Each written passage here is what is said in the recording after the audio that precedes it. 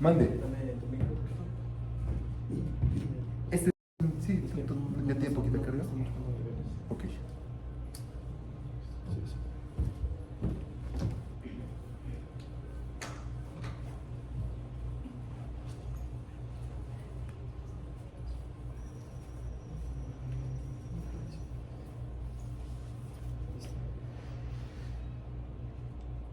Muy bien, pues vamos a comenzar con lo que tenemos dispuesto para el día de hoy. Yo les agradezco mucho su paciencia para todas estas actividades. Vamos a estudiar metafísica.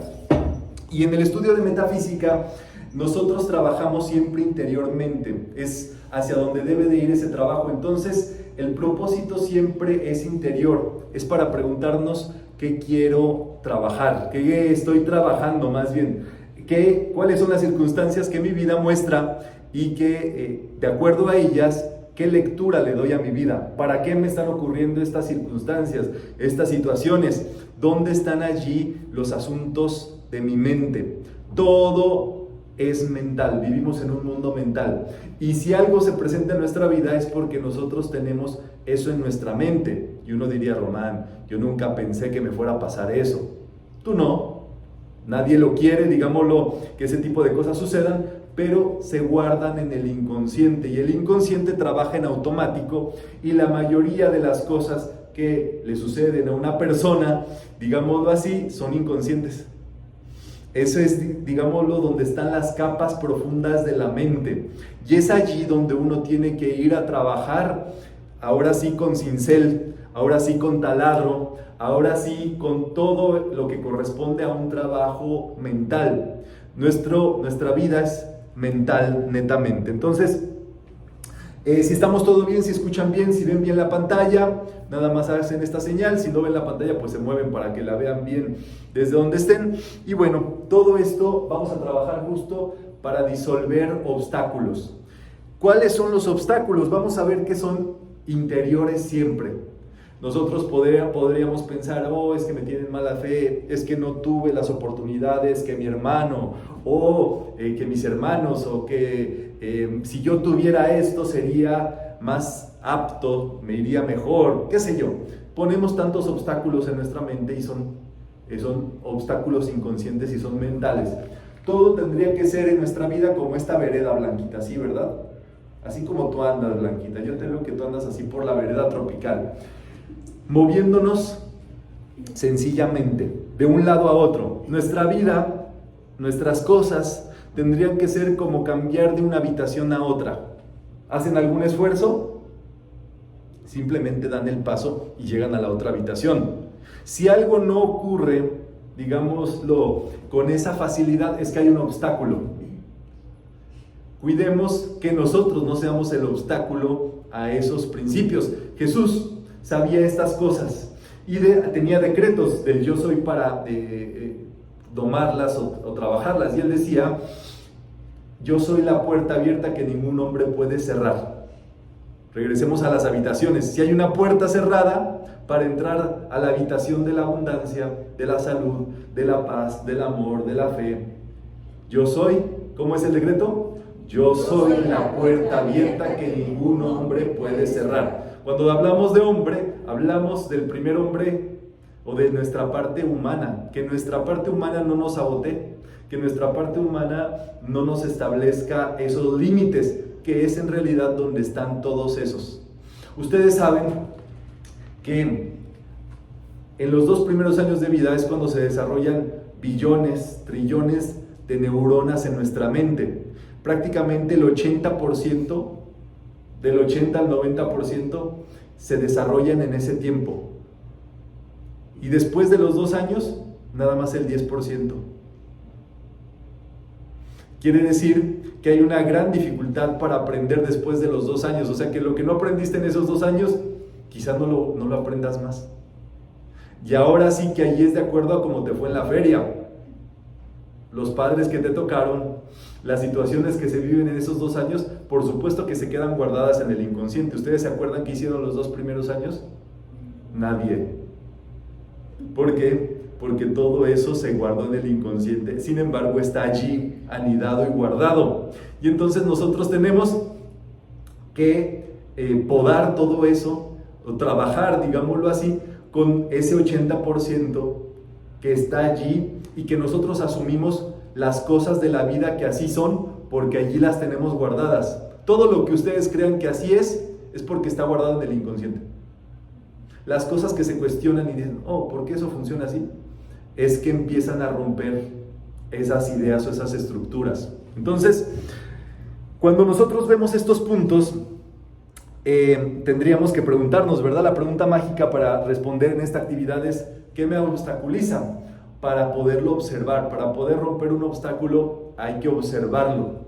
Para poder pasar hay que ver que hay justamente una puerta allí que está deteniendo y desobstaculizarnos. Es el fundamento. Esto en sánscrito se llama sankaras. ¿Cómo se llaman? Sankaras. Los obstáculos son sankaras. Y los sankaras son cúmulos de pensamientos. Pero ustedes saben que los pensamientos se vuelven cosas. Un pensamiento es un recipiente. Tú piensas algo. Te vio mal una señora por ahí o tu vecina. Y dices, esa mujer me odia. Ya le estás metiendo sentimiento. Esa mujer me miró feo. ¿Y qué es lo que pasa si tú dejas ahí ese recipiente se va llenando y cada vez que veas a esa vecina se va a ir llenando y llenando y llenando hasta que después te echa la basura, te barre en tu puerta?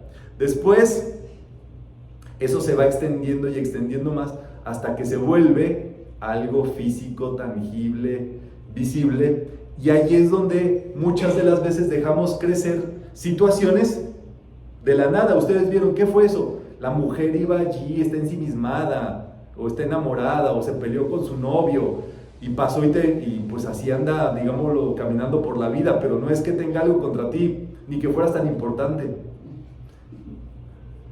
¿Y en qué se desencadenó? Con el paso del tiempo un pensamiento se vuelve una cosa que ocurre físicamente en nuestra vida. Y también al revés, si tú en ese momento, con esa mirada dura que te echa, tú le dices, te doy mi amor y mi perdón, te envuelvo en mi círculo de amor, te libero y te dejo libre. ¿Qué es lo que pasa? Que el recipiente o el pensamiento con el cual tú estás compartiendo con esa persona es de perdón, de libertad y de amor. Y a la siguiente que pases, por lo menos te va a hacer, y a la siguiente, una sonrisita de esas como que no queriendo, y un día te va a saludar y vas a decir, vieja loca, ¿ahora por qué me saludó? Total, no quedamos contentos si nos saludan o si no nos saludan. ¿Pero qué fue? El pensamiento se vuelve un obstáculo o se vuelve una libertad. Ustedes tienen las libertades que gocen, libertad para amar, libertad para perdonar, libertad para tener, libertad para viajar. Todas esas libertades es porque han roto obstáculos. Y las libertades que todavía no tienen ganadas es porque hay obstáculos allí. Y usualmente les digo, son por herencia, son que vienen no solamente de nuestros padres, sino también genéticamente 8 generaciones atrás. ¿Ustedes conocen las 8 generaciones atrás de ustedes? Bueno, esperemos que hayan sido buenas, ¿verdad? Pero la realidad es que no hay mucho que buscarle allí, porque siempre el presente es mucho mejor que el pasado. Aquellas personas que se quieren quedar en el pasado, se vuelve su vida muy limitante. ¿Por qué? Porque las nuevas cosas o las innovaciones o la nueva vida es lo que andamos buscando. Jesús decía al respecto, ¿verdad? Dejen que los muertos entierren a los muertos. Muy bien, los samkaras son de 5 tipos o se engendran por 5 situaciones en específico: ignorancias, yoísmo, apegos, deseos y rechazos y aferramiento desmedido a la vida. Todo eso en algún momento son pensamientos que se vuelven sentimientos, que se manifiestan, que van a obstaculizar nuestra vida. Vamos viendo uno por uno. La ignorancia. Dice acá, es tomar lo no eterno, las apariencias, la lucha, lo doloroso, al no ser, como si fuera lo eterno. ¿Qué pasa allí? Creemos que las cosas que nos pasan son para siempre y les damos demasiada importancia. La ignorancia es creer que todo lo que ocurre es real o darle poder, digámoslo así, y como esas cosas ocurren, decimos, oh, pues eso es lo que me pasó, esa es mi realidad, y la estás afirmando, y como la estás afirmando se guarda más en tu inconsciente, y entonces luego te ocurre más de lo mismo, para que te puedas quejar ahora sí de lo lindo de lo mismo, y como te quejaste, se multiplica, y como hablas de eso, se crece en tu inconsciente. Entonces el primer asunto para salir de una negatividad es no conversar de ello, no contárselo a nadie, digámoslo así, que lo vaya a multiplicar. En ocasiones en metafísica uno conoce las historias de ciertos estudiantes justamente, y el deber de todo metafísico es transmutarlo, es para hacer un tratamiento, es para borrarlo. Pero el peor pensamiento, oigan bien, es cuando una persona tiene defensas en sí misma para pensar negativo. ¿Cómo así? Le dices, te ves muy bien el día de hoy. Dice, pues es que, pero es porque me bañé, hoy sí me bañé. Oye, se ve que tienes dinero. No crees que tengo dinero. O se protegen, digámoslo así, de pensamientos positivos. Entonces viene un pensamiento positivo y dicen, no, eso no puede ser posible, no. ¿Y qué es lo que pasa? Tienen defensas. Su pensamiento es tan negativo que tienen defensas mentales o barreras para que entre lo positivo. Y ese es un tipo de obstáculos que en este caso se defienden a sí mismos. O sea, no solamente la persona es negativa, sino que defiende su negatividad. Y lo otro es no poder expresar con palabras las cosas que ocurren. Eso requiere observación, eso se llama inteligencia emocional. Cuando tú puedes describir qué es lo que pasa dentro de ti, tú empiezas a observar, en este caso, el obstáculo que puede estar allí metido.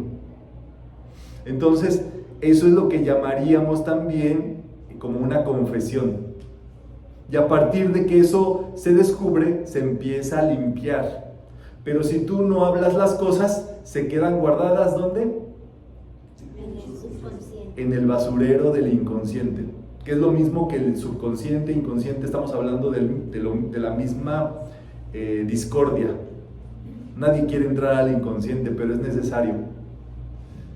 Quienes han entrado, o quienes han entrado a ese inconsciente, encuentran pura basura. No sé si han jugado este juego de papelitos, donde mojan un papelito y lo avientan y se queda así como pegado y luego se queda... ¿Bebe leche? ¿Cómo es eso? ¿Así se llama?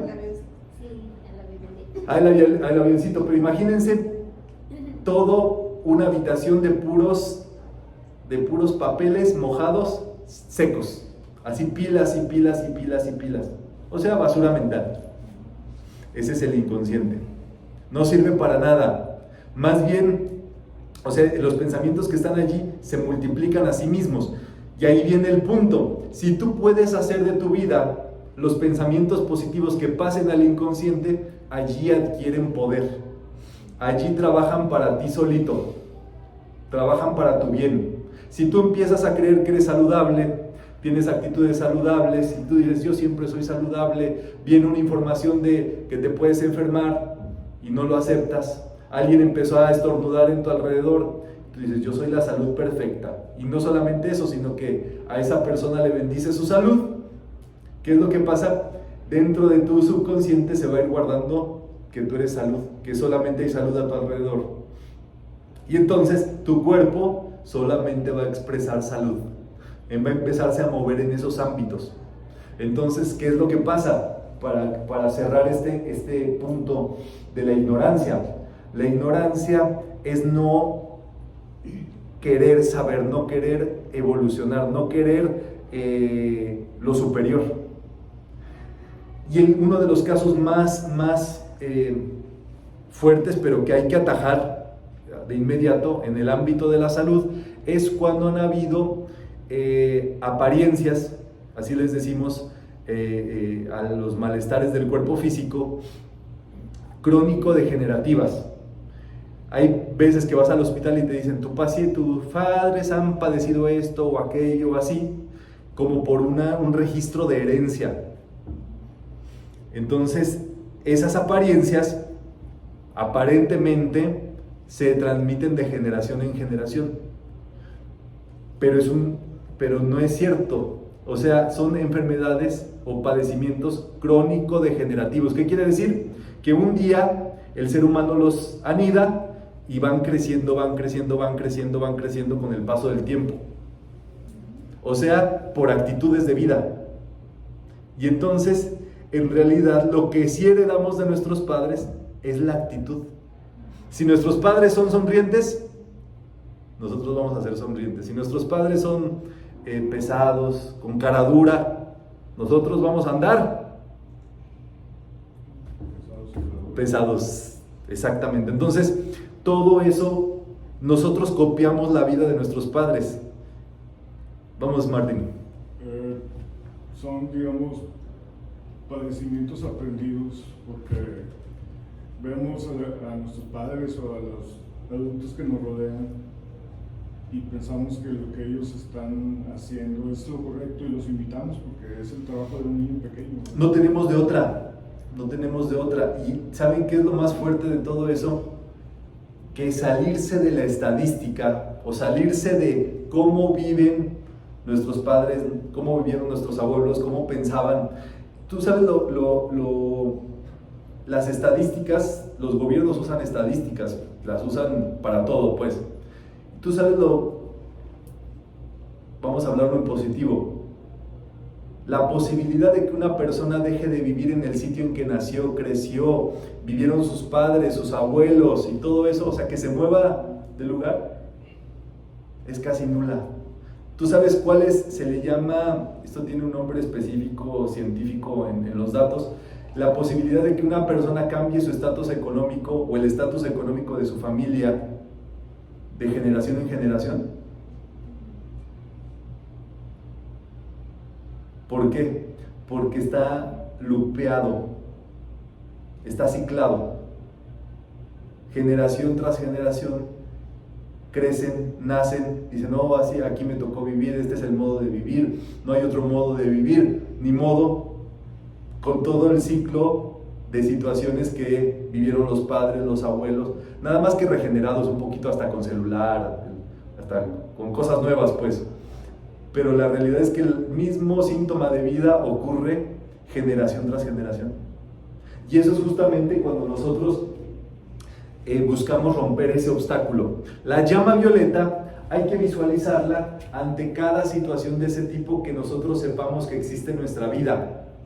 Si tú viste o viste, porque eso es lo que ocurre, si tú viste a una tía en una situación o en una apariencia de enfermedad, tú debes de meter en un telón violeta, de puro fuego violeta, a esa imagen mental. Porque como está en tu mente, tu vida va a buscar reproducirla en ti o en alguien cercano.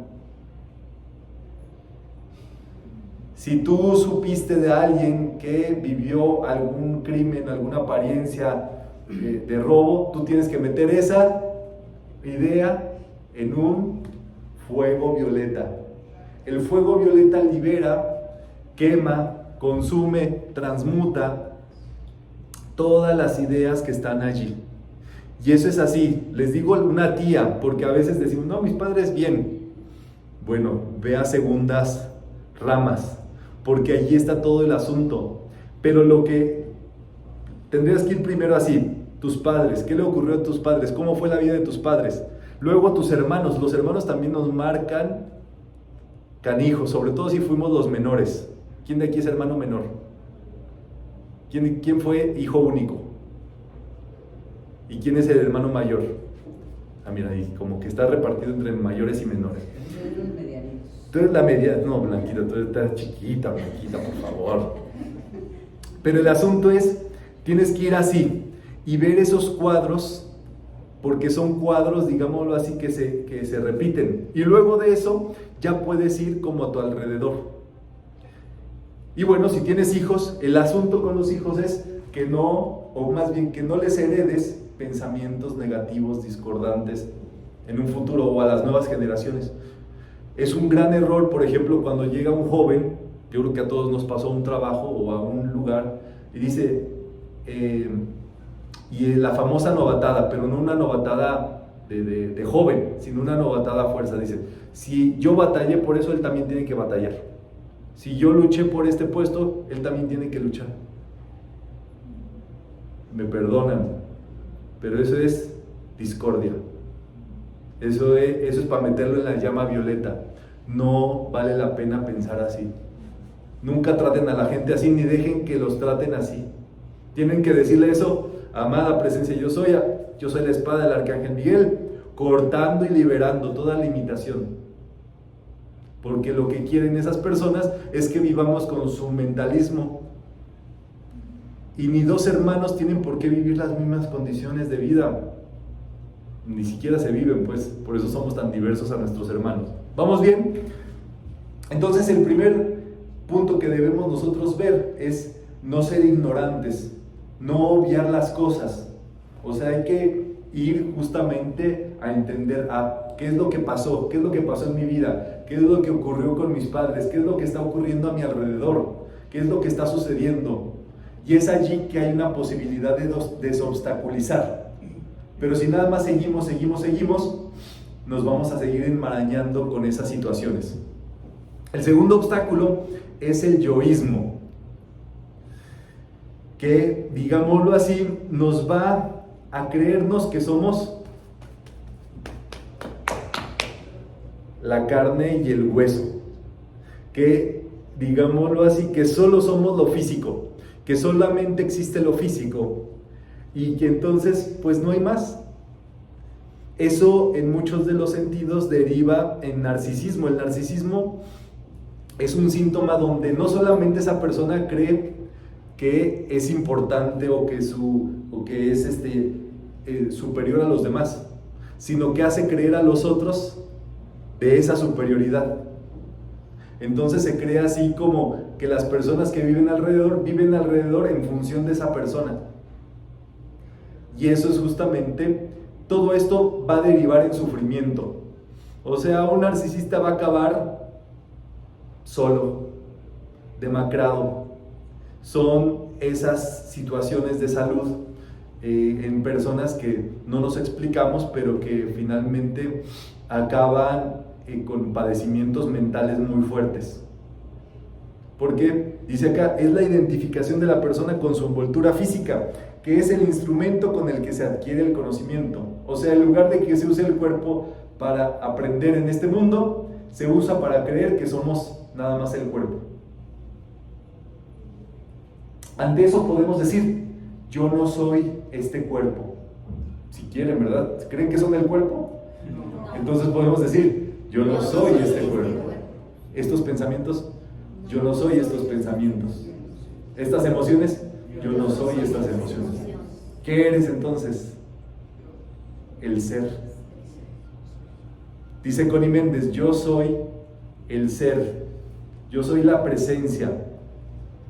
Yo soy la radiante y brillante presencia sin limitación, sin tiempo ni edad, sin impureza y sin imperfección. ¿Ya se lo saben? ¿Cómo es? Yo soy la radiante presencia, sin limitación, sin tiempo ni edad, sin impureza y sin imperfección. O sea, nos estamos deslimitando, nos estamos desnegativizando, nos estamos poniendo en el plano del ser. El ser no tiene límites, el ser, tu verdadero ser no tiene edad, no tiene tiempo, espacio, no se rige por esas cosas. Es la parte humana, cuando empezamos a creer en la cosa humana, cuando nosotros solitos entramos a un juego limitante. Y cuando te vas a dar cuenta, cuando empiezas a creer más en lo humano, vas a vivir más y más y más limitado cada vez. Porque el juego humano no lleva ninguna liberación. El tercer punto son los apegos. Son deseos muy grandes por vivir en lo externo. El apego es lo sabido por los más sabios.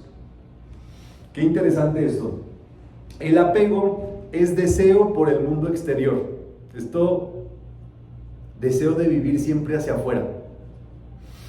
Y en metafísica, ¿qué es lo que se empieza a enseñar? Que tienes un mundo interior, no solamente un mundo, un universo interior. Y si tú aprendes que tú tienes ese universo dentro de ti, tú te la vas a pasar cada vez más feliz contigo. Tú te la vas a pasar cada vez mejor. ¿Por qué? Porque vas a estar desapegado. ¿Qué es lo que hace el apego? El deseo por una satisfacción, qué sé yo. ¿Te gustó probar el espagueti que te comiste ayer, Blanquita? Y entonces dices, quiero comer espagueti. Pero ya se vuelve una búsqueda constante por ese espagueti. Es un apego. El gran asunto es que mientras no comas espagueti, sufres. Con las parejas pasa mucho, ¿verdad? El apego. No, a lo mejor ustedes no, porque son ya super seres humanos, ¿verdad? Pero quieres a una persona, pero al quererla tanto, sin darte cuenta, rechazas a las otras. Y el rechazo es odio. Entonces la pregunta es, ¿estamos de verdad enamorados? ¿Estamos de verdad en amor? Entonces allí viene justamente que el apego genera a la vez rechazo. Y lo que tú rechazas, lo atraes también. Entonces, todo lo que no quieres, lo atraes justamente porque estás haciendo una fuerza de repulsión que viene hacia ti. Entonces, ¿cuál es la actitud correcta? Ser imparcial. Se dice no personalizar las cosas. Disfrutarlo todo, pero no te apegues a nada. Si hoy te tocó comer taquitos, Blanquita, oh, gracias Padre por estos taquitos. Si mañana te toca comer quesadillas, gracias Padre por estas quesadillas, te las disfrutas, las comes, y cuando venga el espagueti, gracias Padre por este espagueti. Pero ¿qué es lo que pasa? No está solamente en eso, porque también eso se vuelve muy limitante. Y luego viene este punto que es, el apego es lo sabido por los más sabios. O sea, el más sabio se desapega más. El más sabio es más desapegado o vive, se dice, en el camino del medio, de igual, de un lado y hacia el otro. Entre más nosotros nos volvamos sabios, vamos a estar con más plenitud, más desapegados. Y dice un dicho que me encontré en un baño, ya saben que hay gente que escribe en los baños. Si es sabio, sea feliz. Y luego hay otro dicho que me encontré, ese ya no me lo encontré no creo que sí en el baño también. Dice, orine feliz, orine contento, pero sobre todo, orínese adentro. Entonces, ¿de qué sirve la sabiduría? Tienes que ser para el desapego, y el desapego da felicidad. Si ¿de qué nos sirve aprender tantas cosas para pronto? No sirve de nada. Si esas cosas no te llevan a liberarte. Si se vuelve un apego más y dices, ahora tengo que estudiar esto, ahora tengo que ser así, ahora tengo... Entonces te estás enclaustrando, te estás apegando. Y también a veces llenarse de información y luego ni lo aplicas. Y te llenas la cabeza así de que quieres hacer un montón de cosas y dices, ay, traigo todo esto aquí en la cabeza. Sí, es un gran asunto ese tipo de cuestiones. A veces no somos apegados físicamente o emocionalmente, ¿verdad? Sino mentalmente. Nos apegamos a ideas. Entonces, por ejemplo, esos que andan allí defendiendo un partido político, a un político y demás, están apegados. Y eso en un momento determinado de su vida se va a manifestar como sufrimiento. Los sankaras siempre llevan al sufrimiento, son obstáculos, y esto es fuerte, pero no porque ocasionen sufrimiento dejan de ser obstáculos. Hay gente que dice, no, pues ya sufrí, ya lloré por esa persona que se fue, ¿no? En una situación sentimental, hasta rimó, ¿verdad? Pero el gran asunto es que no porque hayas llorado vas a dejar de sufrir, ¿no? No te va a dejar de pasar eso, porque sigues en ese apego. Y es lo que vemos muchas de las ocasiones. La amiguita que anda con una pareja y tiene tal cuestión esa pareja, rompen y anda con otra que trae el doble esa cuestión. Y luego, o sea, como que van escalando hasta que llegan a nivel ultra y dices, ¿cómo puede ser? ¿Por qué? Porque es un arquetipo mental. Es que la vida te está diciendo, estás atrayendo esto es lo que tienes en tu mente, lo que atraes es lo que traes en tu mente. O sea, no es para sentirse culpable y decir, oh, yo, no, observa nada más, haz el tratamiento, transmútalo pues. Y luego, los deseos y rechazos, ¿verdad? Son apegos a aquello que produce placer y odio y lo que no da, o sea, estamos apegados a algo y rechazamos lo otro, y cuando rechazamos algo, también hacemos que venga más a nuestra vida. Entonces lo mejor es ser ecuánime o equilibrado. Y el aferramiento desmedido a la vida es justamente creer que estas personas que dicen, no, es que esta vida es la única vida. Y entonces hacen todo, digámoslo así, como si vivieran una sola vez, y se equivocan muchísimo, cometen muchos errores que generan karma y que atan a la rueda de reencarnaciones. Estos 5 sankaras son las razones por las que seguimos reencarnando. Seguimos viniendo una y otra vez y otra vez y otra vez, por ignorancia, por creernos que el cuerpo es lo que somos, por creernos, por apegarnos y por querernos, digámoslo así, aferrar a la vida. Una persona que se aferra tanto a la vida, cuando desencarna, no se va al más allá, se queda acá, y son los llamados fantasmas. Son personas que en lugar de liberarse, siguen cuidando allí su dinero, su pareja, sus cosas. Y espérate, ¿puede usar ese dinero esa persona en el más allá? ¿Puede besar esa persona a su pareja en el más allá? Tarde que temprano todos vamos a estar en el más allá. Por eso, disfrútalo todo aquí, pero no te puedes apegar a nada, a ninguna situación, a ninguna creencia, a ninguna cosa material, porque todo va a pasar. Allí es donde se puede ver si una persona cree más en lo eterno que en lo contrario de eterno es efímero, sí, lo pasajero, es correcto, ¿verdad?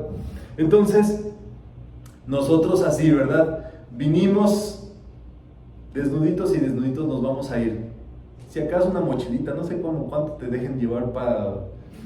Son como los de las aerolíneas, ¿verdad?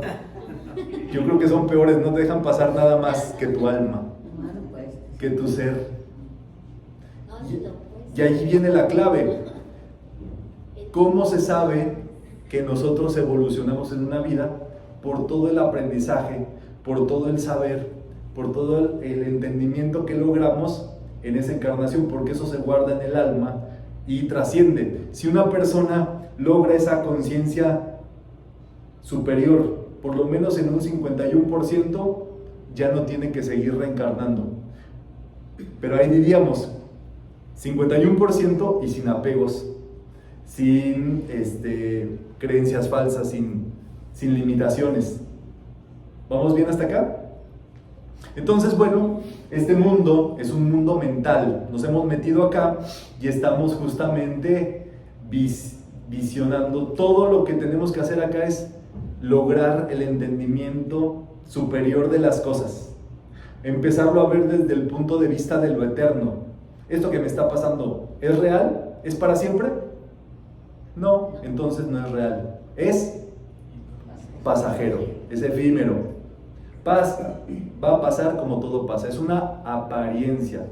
Y así como aparece, no la afirmes. No te creas que eso te está pasando. Ánclate en tu ser, pues.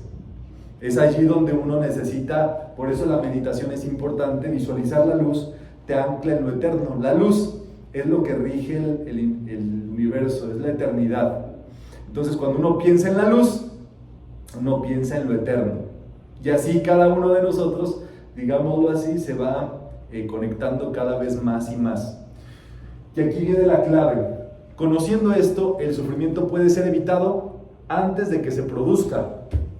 O sea, a veces nosotros queremos tapar el hoyo cuando ya se cayó algo y ni siquiera lo tapamos bien, le dejamos así un huequito y ahí se va a caer otro. ¿Qué pasa? Si tú tienes que romper con lo que te lleva, o la estructura mental o el pensamiento que te llevó a vivir eso, tienes que irte más y más y más atrás. Dices, me pasó esto con mi pareja. Entonces dices, llama a Violeta con eso, que no me lo vuelva a hacer. Pero no te preguntas, ¿cuál es el pensamiento que tengo que origina que se exprese esto en mi vida?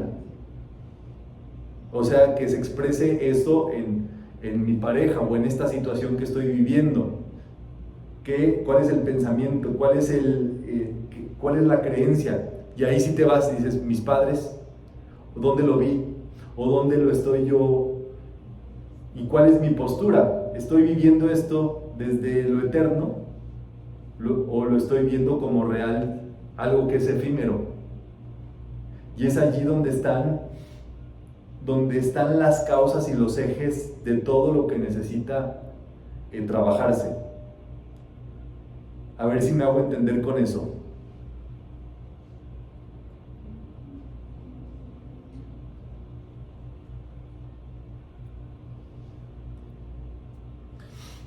Número 1, hay que impedir que se crea que el no yo o el yo inferior es duradero cuando lo único eterno es el yo superior. Hay veces, ¿verdad?, que la urgencia de las cosas, decimos, es que tengo que hacer esto y tengo que hacer esto otro. Ese es el no yo. ¿Es en verdad hay esa urgencia por hacer eso? ¿En verdad hay una urgencia por hacer algo? Es pregunta. ¿Qué pasa si ese algo no sucede?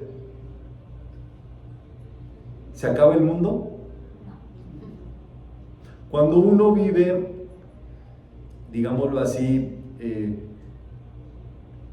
que seres cercanos trascienden, pasan a mejor vida, uno se da cuenta de una cosa muy importante, que si nadie va a morir,